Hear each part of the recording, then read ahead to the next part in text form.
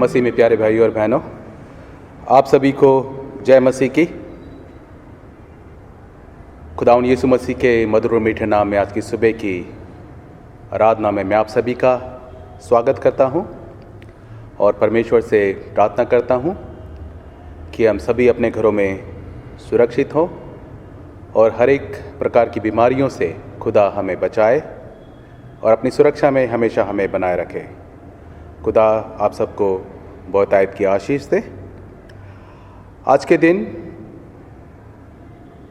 पवित्र आत्मा के अवतरण पर्व के पश्चात का 25वां रविवार है और आज के दिन को हम unity Sunday communion of churches in India के रूप में भी हम लोग मनाते हैं।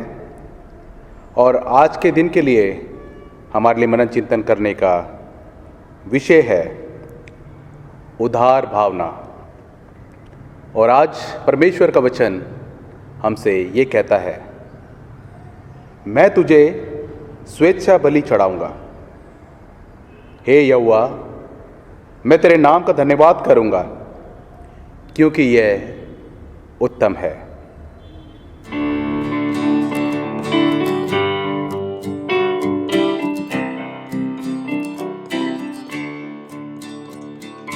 मुक्ति दिलाए यीशु नाम, शांति दिलाए यीशु नाम। मुक्ति दिलाए यीशु नाम, शांति दिलाए यीशु नाम। यीशु दया का बहता सागर, यीशु दया का बहता सागर, यीशु है दाता महान, यीशु है दाता महान।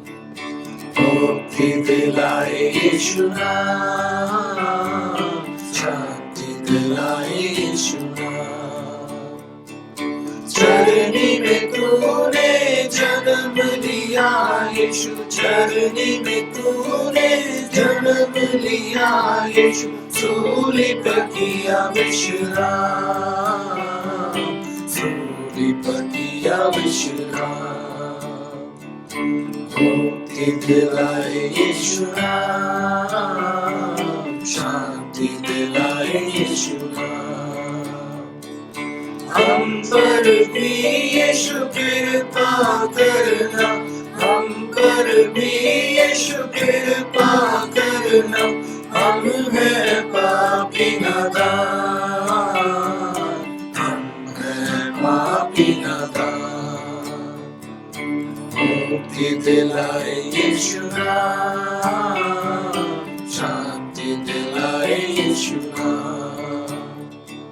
हम सबके पापों को मिटाने, हम सबके पापों को मिटाने यीशु हुआ बलिदान, यीशु हुआ बलिदान।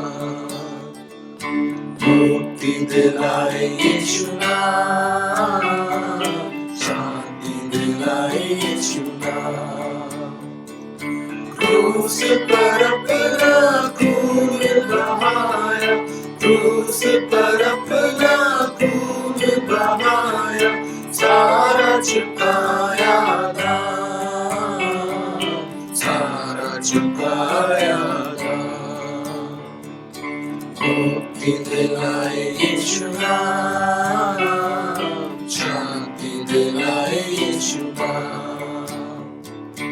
मुक्ति दिलाए यीशु नाम, शांति दिलाए यीशु नाम।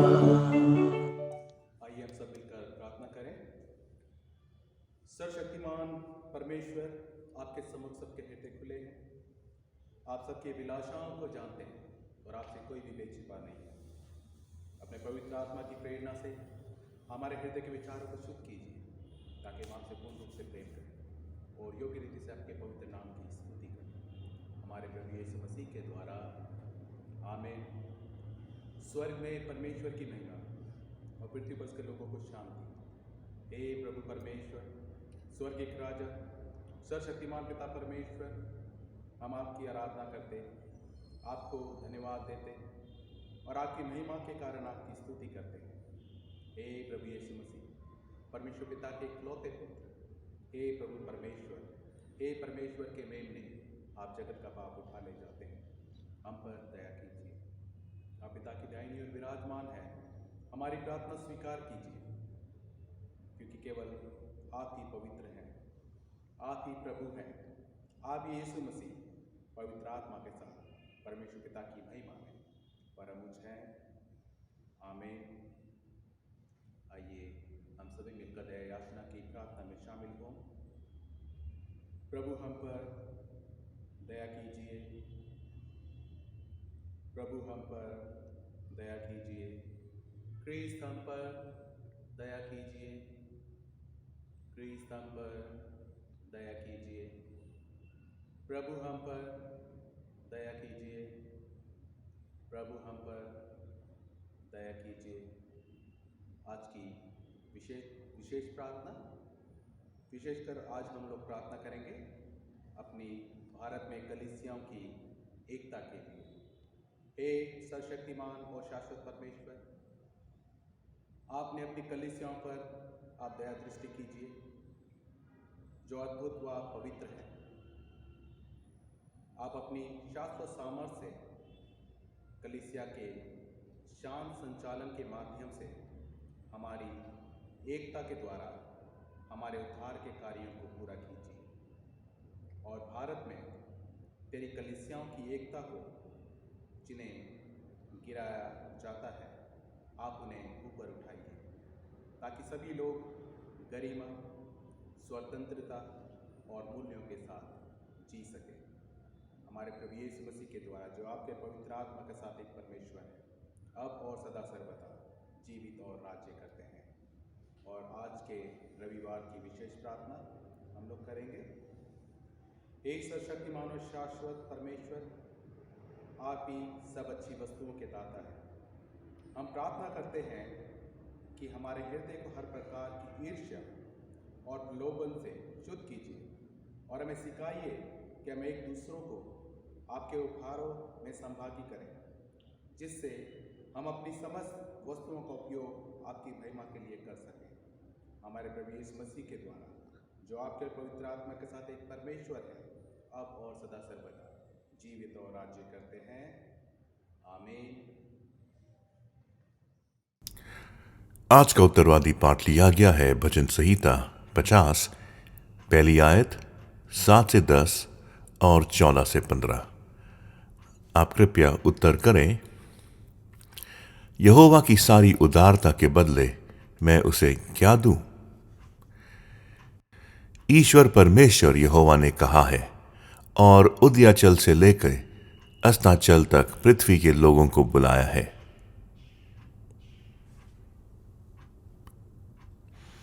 हे मेरी प्रजा, सुन, मैं बोलता हूं, और हे इज़राइल, मैं तेरे विषय साक्षी देता हूं। परमेश्वर तेरा परमेश्वर मैं ही हूं। मैं तुझ पर तेरे मेल बलियों के विषय दोष नहीं लगाता। तेरे होम बलि तो नित्य मेरे लिए चढ़ते हैं। मैं ना तो तेरे घर से बैल, ना तेरे पशु शालों से बकरे ले लूंगा, क्योंकि वन के सारे जीव जंतु और हजारों पहाड़ों के जानवर मेरे ही हैं।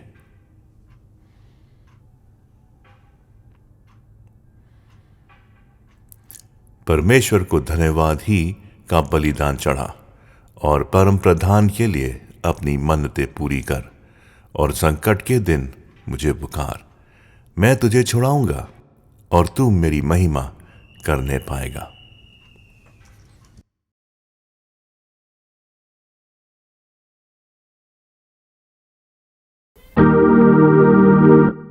और प्रशंसा पिता की और पुत्र की और पवित्र आत्मा की, जैसे आदि में हुई अब है अब सदा रहेगी, युग आमीन।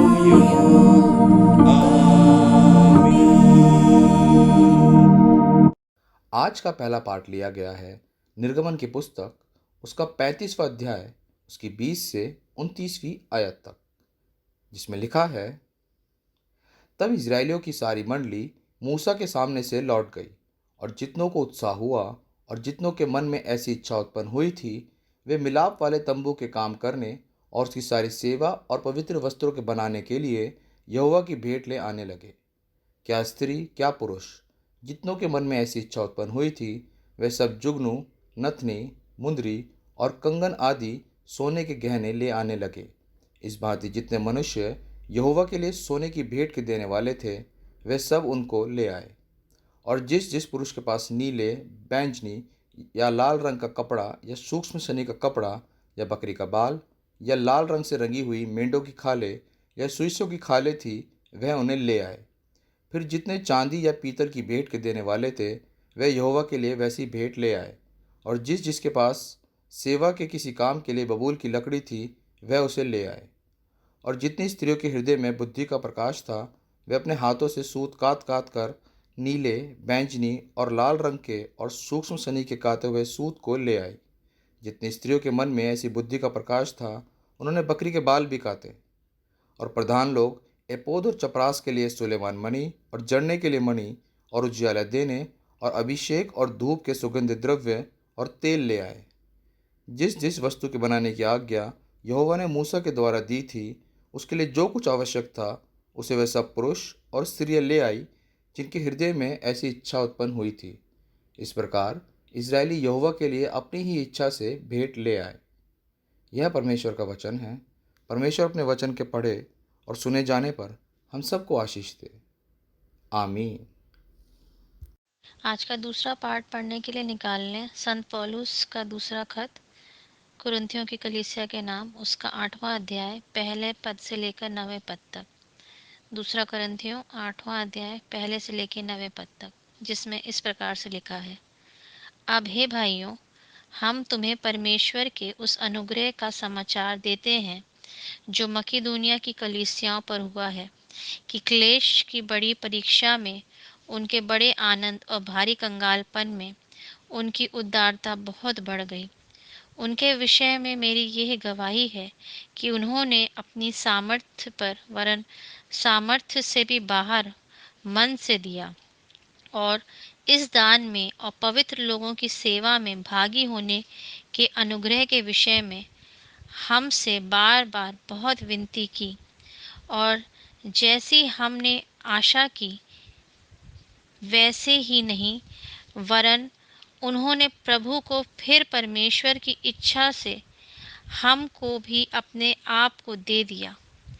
इसलिए हमने तीतुस को समझाया कि जैसा उसने पहले आरंभ किया था, वैसे ही तुम्हारे बीच में इस दान के काम को पूरा भी कर ले।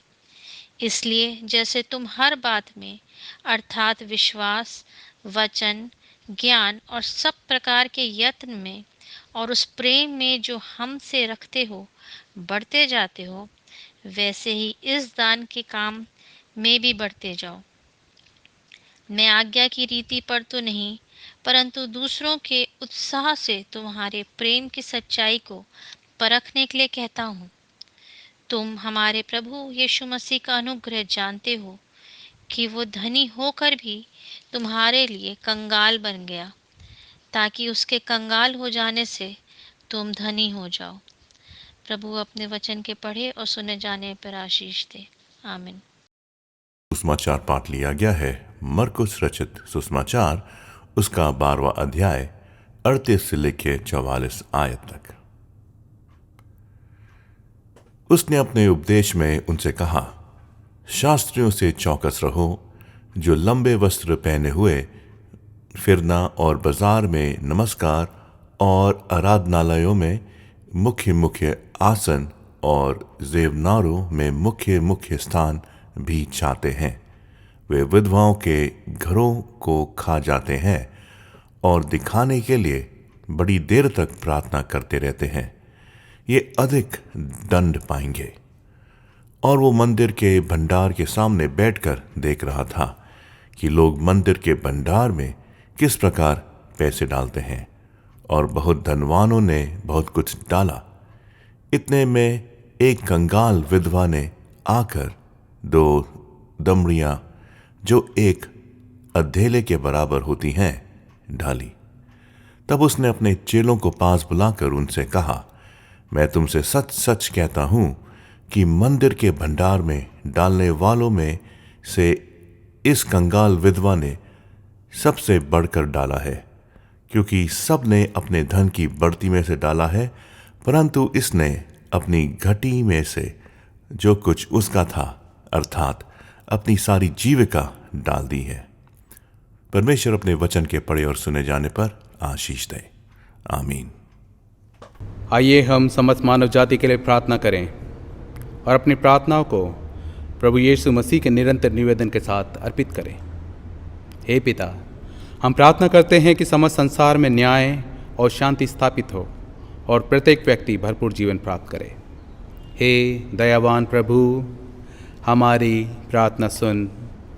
उन सब लोगों के लिए जो इस नगर में रहते हैं, उन सब बातों को दूर करने के लिए जिनसे आपसी फूट और झगड़े होते हैं, और हमारे देश में सच्ची एकता की बढ़ती के लिए। हे दयावान प्रभु, हमारी प्रार्थना सुन। उन सब लोगों के लिए जो कृषि, उद्योग अथवा व्यापार में लगे हुए हैं, सब मजदूरों और कारीगरों के लिए, उन सब के लिए जो हमारे देश की रक्षा करते हैं। हे दयावान प्रभु, हमारी प्रार्थना सुन। अध्यापकों और छात्रों, वैज्ञानिकों, लेखकों और कलाकारों और उन सब व्यक्तियों के लिए जो अन्य लोगों के विचारों और भावनाओं को प्रभावित करते हैं। हे दयावान प्रभु, हमारी प्रार्थना सुन। उन सब लोगों के लिए जो दुखी हैं, बेरोज़गार हैं, भूखे प्यासे हैं, दरिद्र और दलित हैं, बीमार और मरणासन हैं, और उन सब व्यक्तियों के लिए जो ऐसे लोगों की सेवा और सहायता करते हैं। हे दयावान प्रभु, हमारी प्रार्थना सुन। हमारे तथा अन्य देशों के सब शासकों के लिए, विशेषकर हमारे राष्ट्रपति, प्रधानमंत्री, इस राज्य के राज्यपाल और मुख्यमंत्री, और उनके लिए भी जो लोगों पर किसी प्रकार का अधिकार रखते हैं। हे दयावान प्रभु, हमारी प्रार्थना सुन। संपूर्ण मसीह समाज की एकता और मेल मिलाप के लिए और समस्त संसार में उनकी गवाही और सेवा कार्य के लिए। हे दयावान प्रभु, हमारी प्रार्थना सुन। भारत में आपकी समस्त कलीसिया के लिए, उसकी परिषदों तथा अगुओं, विशेषकर हमारे प्रमुख धर्माचार्य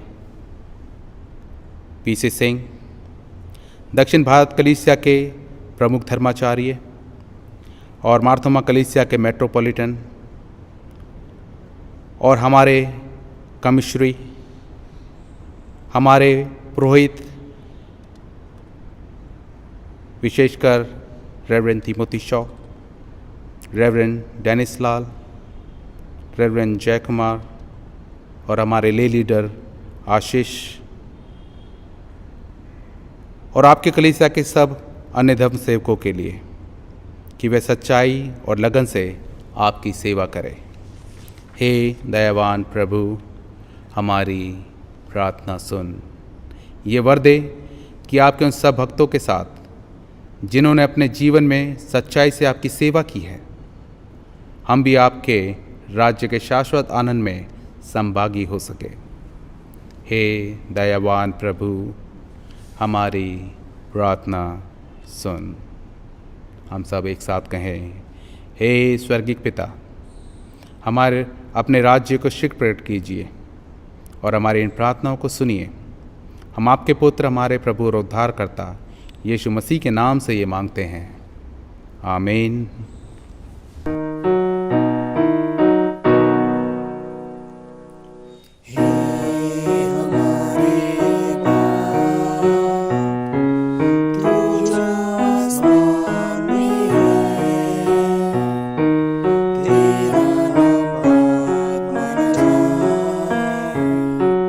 तेरी भाषा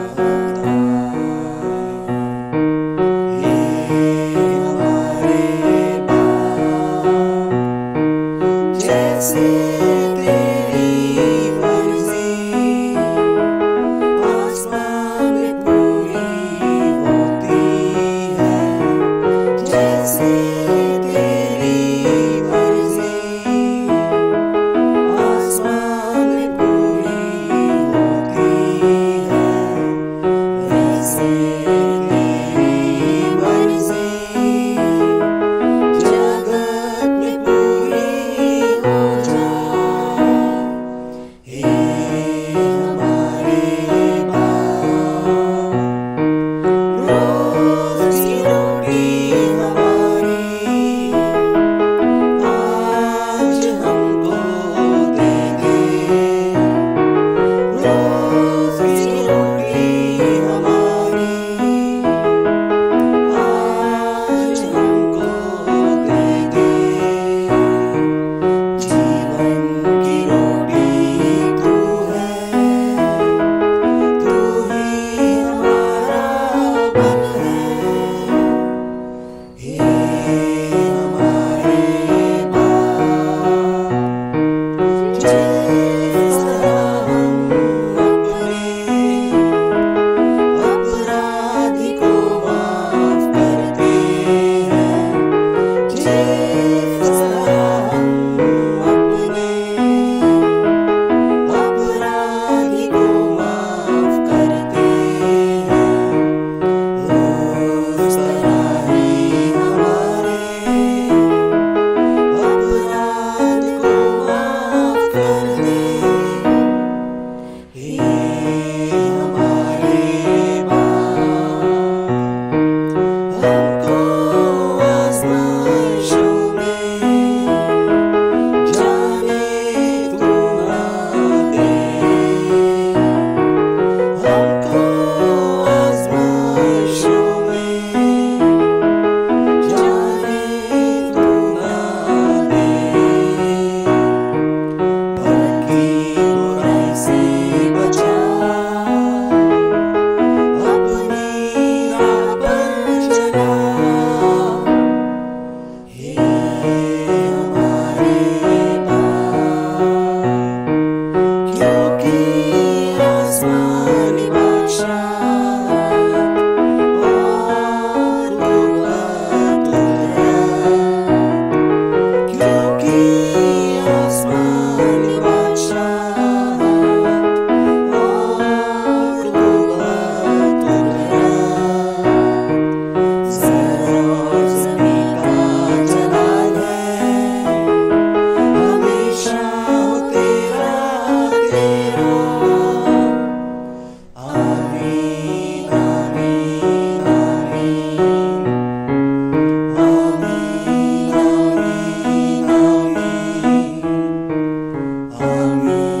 आमीन आमीन आमीन।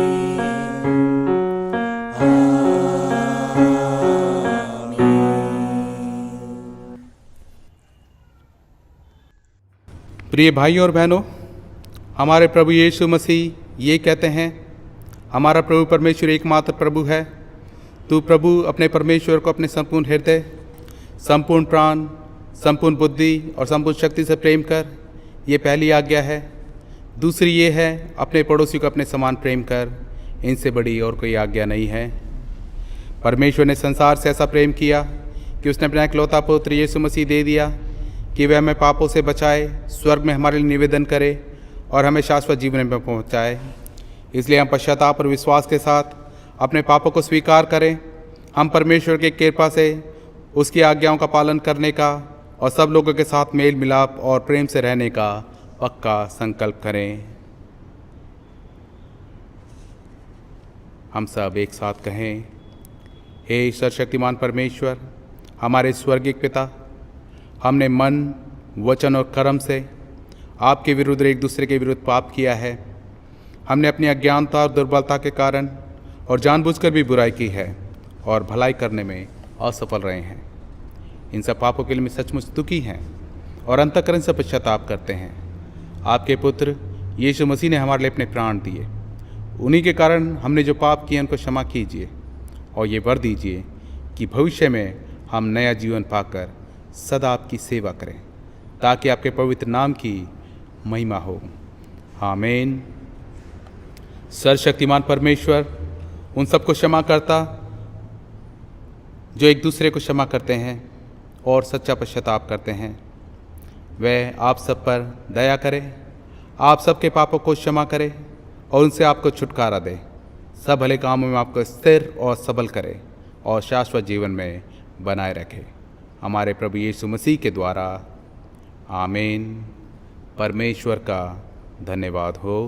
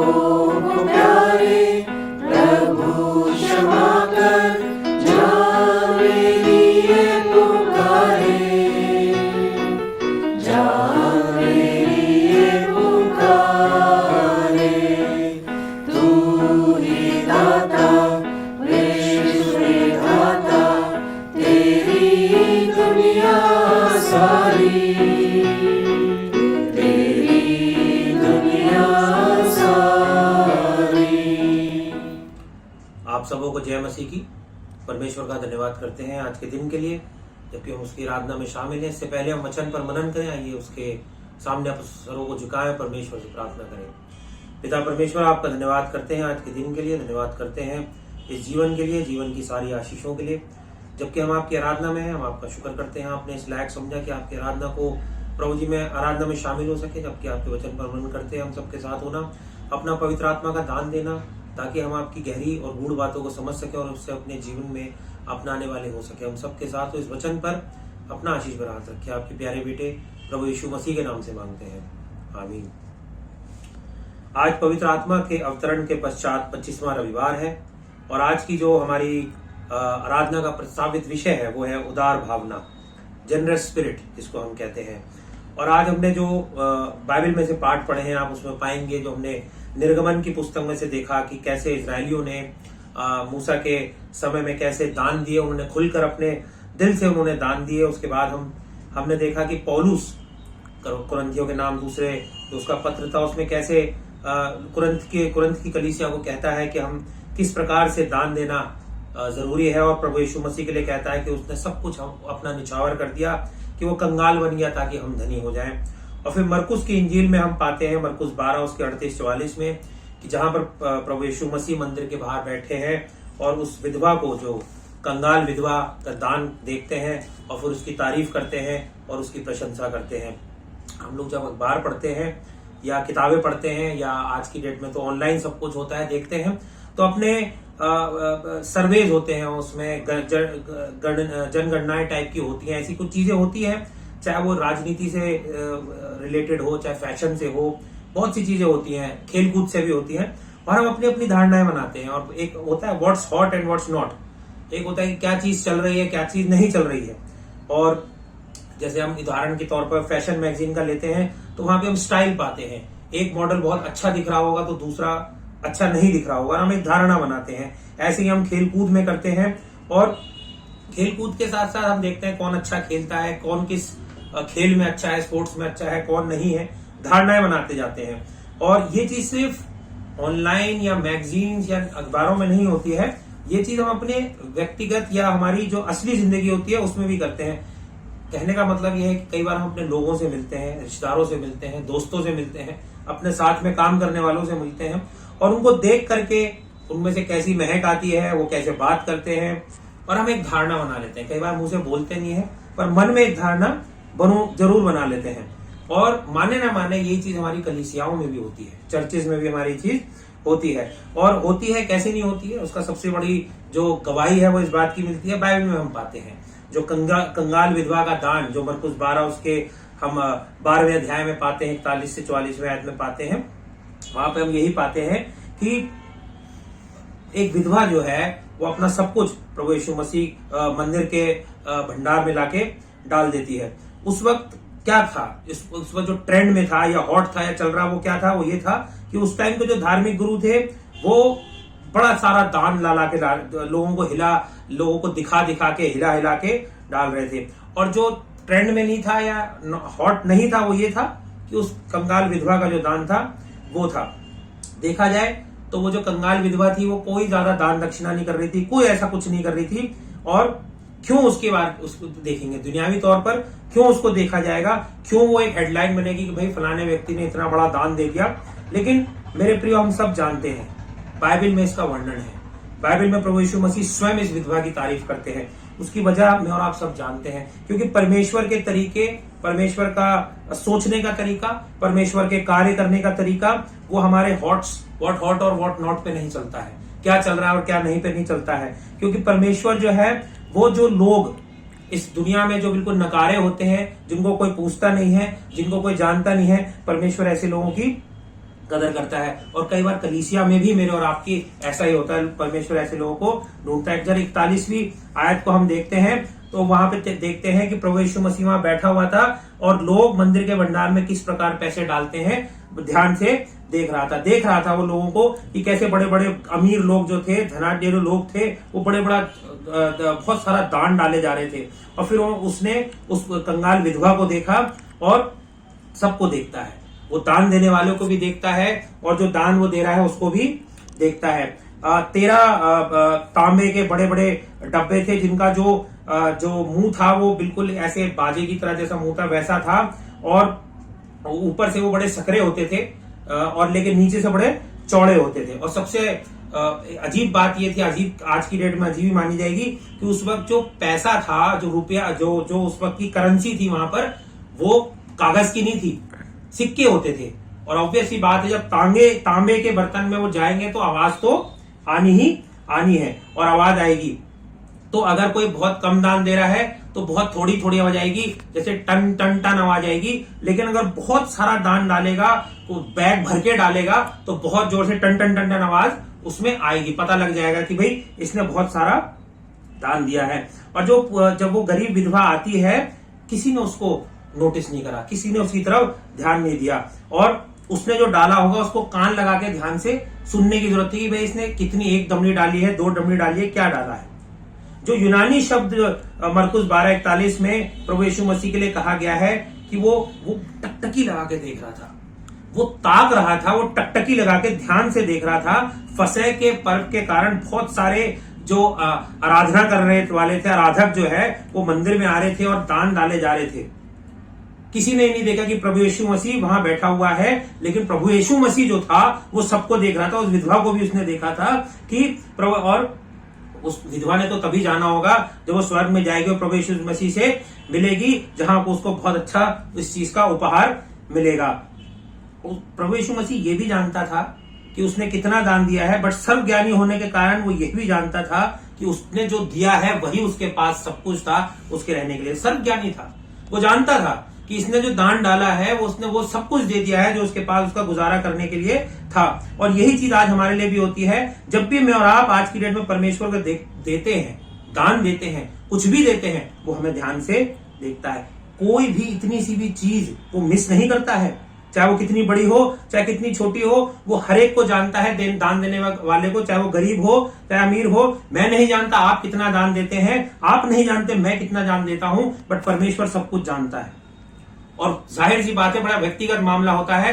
हम अपना रुपया पैसे का लेन देन कभी ज्यादा लोगों के साथ बांटते नहीं है, लेकिन मेरे प्रियो ध्यान रखें, परमेश्वर हर एक पाई का हिसाब रखता है। नीति वचन 15:3 में परमेश्वर का वचन साफ कहता है, सुलेमान कहता है कि परमेश्वर की आंखें सब तरफ लगी रहती हैं और वो बुरे और अच्छे दोनों को देखती रहती हैं। एक बड़े अच्छे प्रचारक थे जॉन ब्रडोस, और वो अपनी कांग्रेगेशन या कलीसिया को कुछ बताना मांग रहे थे, और वो ये देखना मांग रहे थे प्रभु यीशु मसीह जब तुम दान देते हो तो देखता है। तो एक संडे क्या कहा उन्होंने, जब जो अशर था वो जो दान लेने के लिए जा रहा था, तो वो भी उसके साथ उतर के पुलपिट से चल दिए और सबको देखने लगे कि भाई कौन कितना दान दे रहा है, कहां से निकाल रहा है, क्या कर रहा है, क्या नहीं कर रहा है। कई लोगों को उनकी कलीसिया के बड़ा गुस्सा आया, कई लोगों को बड़ी शर्म आई, लेकिन बड़े अचंभे में सारे लोग थे। वो पुलपिट पे वापस गए पादरी साहब, और उन्होंने अपनी सरमन जो था, अपना संदेश शुरू करा इसी कहानी से विधवा की, और उन्होंने बोला, मेरे प्रिय आराधकों, मेरे प्रिय कलीसिया के लोगों, अगर तुम्हें आज को बुरा लगा तो लगा, लेकिन आज मैंने तुम्हारी ऑफरिंग्स देखी है जो तुमने दान डाले हैं और कितने बलिदानों से डाले हैं, क्या दिया है और क्या नहीं दिया है। उसी तरह से जब भी दान देने वाला ये अशर आता है आपके पास बैग लेकर के, प्रभु यीशु मसीह इसके साथ रहता है और वो देखता है कि कौन कैसे दिल से और कितना जो है वो दान दे रहा है। मेरे प्रियो ध्यान रखें, प्रभु यीशु मसीह देखता है हम क्या दे रहे हैं, हम कितना दे रहे हैं। हमें कभी कभी इन चीजों को सोच के अनकंफर्टेबल या अच्छा नहीं लगेगा, लेकिन प्रभु यीशु मसीह देखता है। बाइबल हमको बताती है कि प्रभु यीशु मसीह की नजर जो है वो सब पर रहती है। मेरे और आपके बीच में हम छुपा सकते हैं, लेकिन परमेश्वर से हम कुछ नहीं छुपा सकते। आप जानते हैं बाइबल में 371 बार प्रार्थना का वर्णन है, कम से कम 714 बार लव या प्यार का वर्णन है, बट 2162 बार जो है वो दान देना या उदारता का वर्णन किया गया है।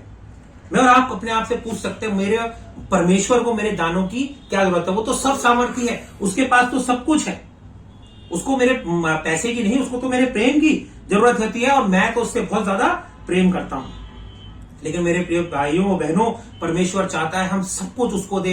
अपनी सबसे पहली जो अच्छी चीज होती है, सबसे पहली जो कमाई का हिस्सा होता है, या सब कुछ जो होता है वो उसको दे। एक संडे स्कूल की टीचर थी, एक दिन वो एक अच्छे बिस्किट्स लेके आई अपने ट्रे में सजा करके, और उन्होंने हर बच्चे को एक स्लिप दी जिसमें घर का खर्चा था, घर का किराया था, घर के फोन के बिल थे, और घर का ये क्रेडिट कार्ड का बिल था, और एंटरटेनमेंट था, फूड का बिल था, सबको एक दिया और बोला कि मैं जब नाम बुलाऊंगी तो चिट लाके मुझे देना और तुम एक बिस्किट लेके जाना। सबकी बारी आती गई, लेकिन एक बच्चा आया, उसके पास चिट अभी भी थी, लेकिन वहां बिस्किट खत्म हो गए थे। और जब वो बच्चा अपनी मैडम के पास आया कि शायद एक बिस्किट बचा होगा, तो उसने जोर से बुलवाया मैडम ने कि बताओ इस चिट में क्या लिखा है। उसने कहा परमेश्वर, इस पे गॉड लिखा है। तो उस टीचर ने क्या करा, जो बिल्कुल जो खुरचन नीचे रह गई थी ट्रे की, उसको खरोच के उस बच्चे को दिया कि ये तुम्हारे हिस्से में आता है। और इस एक्टिविटी के द्वारा उन्होंने बच्चों को यह सिखाने की कोशिश करी कि यही हम करते हैं परमेश्वर के साथ। अपनी कमाई जो हमारे पास सब कुछ अच्छा आता है, आशीषें बरकतें आती है, उसका सबसे अच्छा हिस्सा जो होता है वो दुनियावी चीजों में खर्च कर देते हैं, और फिर जो सबसे लास्ट में खुरचन रह जाती है वो परमेश्वर के लिए मैं और आप छोड़ देते हैं, क्रम्स जिसको हम कहते हैं, खुरचन छोड़ देते हैं। यही चीज मुझे और आपको बताती है कि परमेश्वर कैसा इस चीज के लिए महसूस करता होगा कि जब उसको सबसे पहला और सबसे अच्छा मेरी कमाई या सब कुछ में से मिलना चाहिए तो मैं और आप उसको खुरचन देते हैं। कैसा उस बच्चे को लग रहा होगा कि सबको तो बिस्किट मिल गए, मुझे खुरचन मिली है। परमेश्वर को कैसा लगता होगा जब मैं और आप अपने जीवन से उसको खुरचन देते हैं। मेरे और आपके हृदय में मेरे को और आपको अपने आप को जांचना बहुत जरूरी है, क्योंकि परमेश्वर वचन साफ साफ कहता है कि जहां तेरा धन है वहां तेरा मन भी होगा। परमेश्वर जो है Jesus does tell the what pleases God. प्रभु यीशु मसीह बताता है कि परमेश्वर को क्या पसंद है।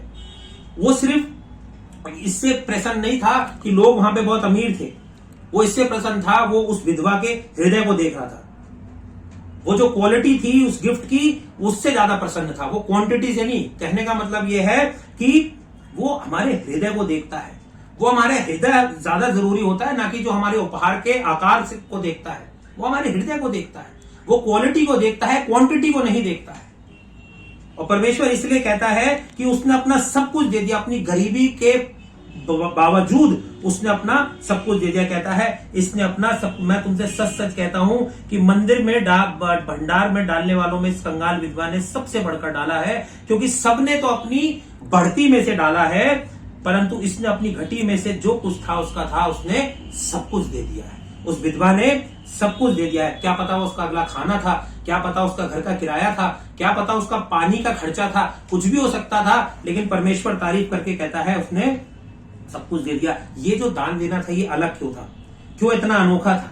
क्योंकि उसने अपने दिल से दिया था। उस विधवा ने अपने दिल से दिया था और वो चाहती थी उस दान को देना। कोई उसके अंदर कोई डर नहीं था, कोई भय नहीं था उसके अंदर वो प्यार था। तो मेरे प्रियो, दूसरी चीज जो है वो प्यार था। दिल तो होना चाहिए, उसके अंदर प्यार भी होना चाहिए। वो एक कमिटमेंट था, एक वचनबद्धता थी परमेश्वर के साथ। उसने उसके पास जो भी छोटी मोटी आशीषें थी उसके बदले में उसने परमेश्वर के भंडार में लाके डाला। और the gift from the heart, जो हृदय से दान निकला था, प्रभु यीशु मसीह को उस दान ने मजबूर कर दिया कि उसने बोला कि उसने अपना सब कुछ डाल दिया है। उसने अपना सब कुछ डाल दिया है। और प्रभु यीशु मसीह ने उस व्यक्ति उस औरत की जो तारीफ थी वो उसके पीठ पीछे करी। कई बार मैं और आप अपने जीवन में अच्छे काम करते हैं, धार्मिक काम करते हैं, दान देते हैं, लोगों की मदद करते हैं, उदारता से सब कुछ करने की कोशिश करते हैं, बट सोचते हैं हमें कोई देखता नहीं है, हमारी कोई तारीफ नहीं करता है, हमें कोई उठाता नहीं है। लेकिन ध्यान रखें, इस विधवा की तारीफ भी इसके पीठ पीछे करी गई थी।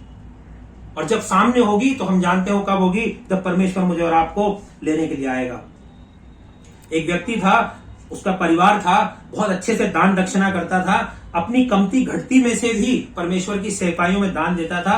और उससे एक बार को पूछा गया कि भाई आप कैसे मैनेज करते हैं, आराम से रह लेते हैं, दान भी देते रहते हैं, लेकिन अपनी गरीबी में, तंगहाली में भी आराम से रह लेते हैं। उसने बड़ा अच्छा जवाब दिया कि जैसे मैं खुरपी लेकर पैसा निकालता हूं, परमेश्वर अपनी खुरपी से पैसा वापस मेरे घर में, मेरे भंडारों में भरता है। क्योंकि मेरे पास तो एक छोटी सी खुरपी है, लेकिन परमेश्वर के पास जो है वो इतना बड़ा खुरपा है जिससे वो मेरे भंडारों को भरता रहता है। क्या मैंने और आपने कभी दान देने के बाद वो उत्साह जो है, या वो जॉय, या वो जो आनंद जो है वो महसूस किया है? कहते हैं दान जब तक चुभता नहीं है, जब तक उसका मजा नहीं है देने का। इस विधवा को वो चुभी भी होगी, क्योंकि दुनियावी तौर पर वो गरीब थी, लेकिन फिर भी उसने उस आनंद से दिया।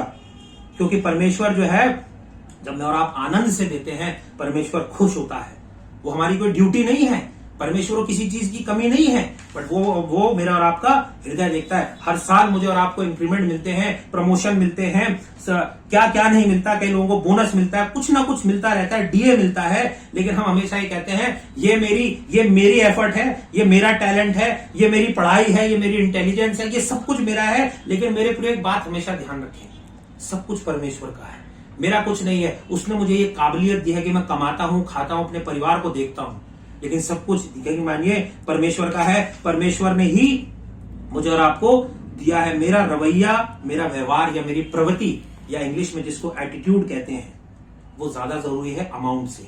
Attitude is more important than the amount that I am giving.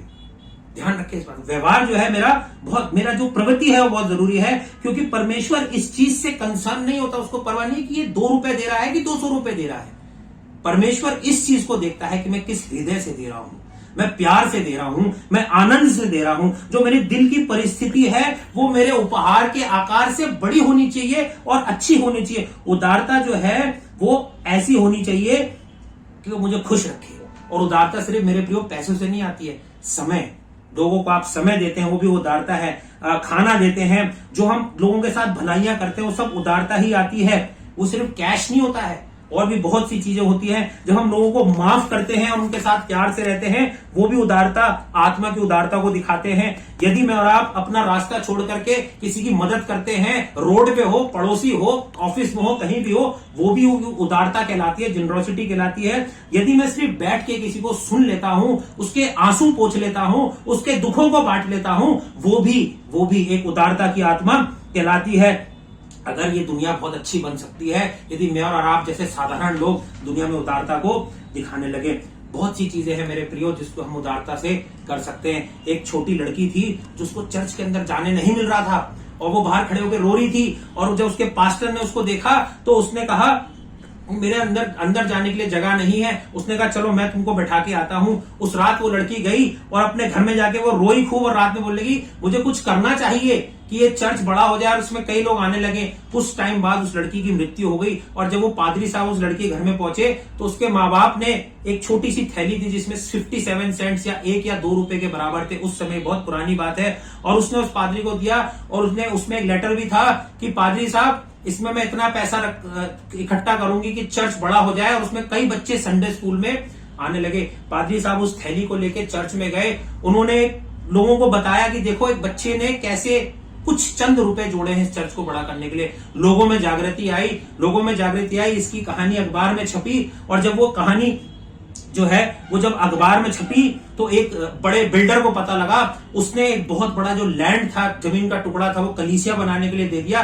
जब कलीसिया के लोगों ने बोला कि हम आपसे फ्री में नहीं ले सकते, उसने कहा ऐसा करो वो लड़की ने जो वो 57 सेंट जोड़े थे वो मुझे दे दो, और इसके बदले में जमीन का टुकड़ा ले लो।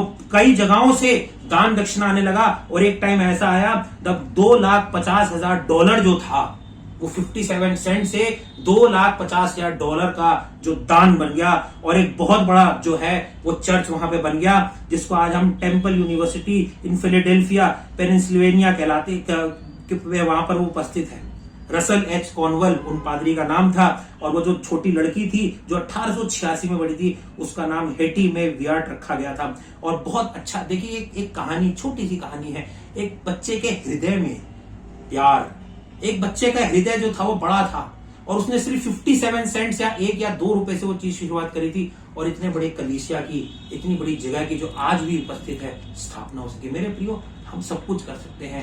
मैं और आप सोचते हैं कई बार कि हम बहुत साधारण हैं, हम कुछ नहीं कर सकते। हमारे चर्च का ब्रोशर अभी छप रहा है, आप छोटा छोटा दान दें, कलीसिया के लिए दें। किसी को नहीं दे रहे, ना आप किसी पादरी को दे रहे हैं, ना आप किसी कलीसिया के व्यक्ति को दे रहे हैं। जो देते हैं परमेश्वर को देते हैं, और जब आप परमेश्वर को देते हैं अच्छे सच्चे हृदय से, प्रेम से, तो परमेश्वर हमारे घर के भंडारों को, हमारी नौकरियों में, हमारे बच्चों की जिंदगियों में, हर जगह परमेश्वर आशीषित कर देता है। मैं और आप किसी चीज से वंचित नहीं रह जाते हैं, क्योंकि उसका वचन साफ साफ कहता है जब मैं और आप उसके धर्म और राज्य की खोज करते हैं तो ये सब चीजें मुझे आपको अपने आप मिल जाती हैं, क्योंकि वो अपने बच्चों को न तो कभी त्यागता है और न कभी छोड़ता है। आइए प्रार्थना करें।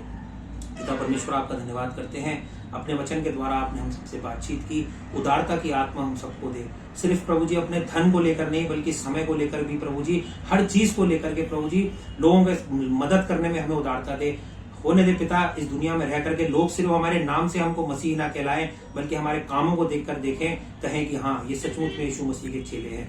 अपने जीवनों को आपके हाथ में सौंपते हैं, सारी आशीषों के लिए आपका धन्यवाद करते हैं, और इस प्रार्थना को मांगते हैं आपके प्यारे बेटे प्रभु यीशु मसीह के नाम से, आमीन। आइए हम सब अपने विश्वास वचन को दोहराएंगे।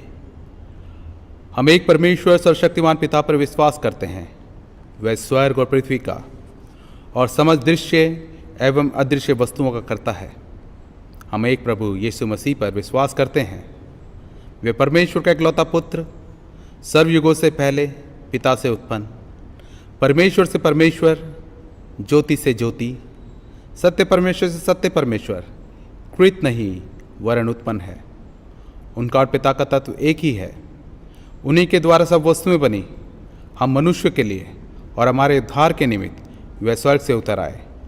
पवित्र आत्मा की सामर्थ्य से वे कुंवारी मरियम से जन्मे और मनुष्य बने। पेंतुस पिलातुस के शासन में वे हमारे लिए क्रूस पर चढ़ाए गए। उन्होंने दुख भोगा, वे मरे और गाड़े गए।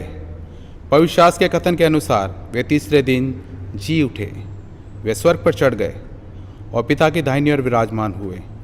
वे जीवितों और मृतकों का न्याय करने के लिए महिमा के साथ फिर आएंगे और उनके राज्य का कभी अंत न होगा।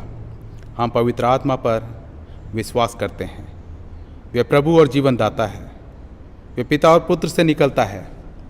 पिता और पुत्र के साथ उसकी आराधना स्तुति की जाती है। वह नबियों के द्वारा बोला। हम एक पवित्र सरलौकिक और प्रेरित कलीसिया पर विश्वास करते हैं। हम पापों की क्षमा के लिए एक बपतिस्मे को मानते हैं। हम मृतकों के पुनरुत्थान की और आने वाले युग के जीवन की प्रतीक्षा करते हैं। आमीन। परमेश्वर की शांति जो सारी समझ से परे है, परमेश्वर के और उसके पुत्र हमारे प्रभु यीशु मसीह के ज्ञान और प्रेम में आपके हृदय विचारों को सुरक्षित रखे और सर्वशक्तिमान परमेश्वर पिता पुत्र और पवित्र आत्मा की आशीष आप पर हो और आपके साथ सदा सर्वदा बनी रहे। आमीन। शांति से पूर्ण होकर जाइए और प्रभु से प्रेम रखिए और इसकी सेवा में लगे रहिए। मसीह के नाम में आमीन।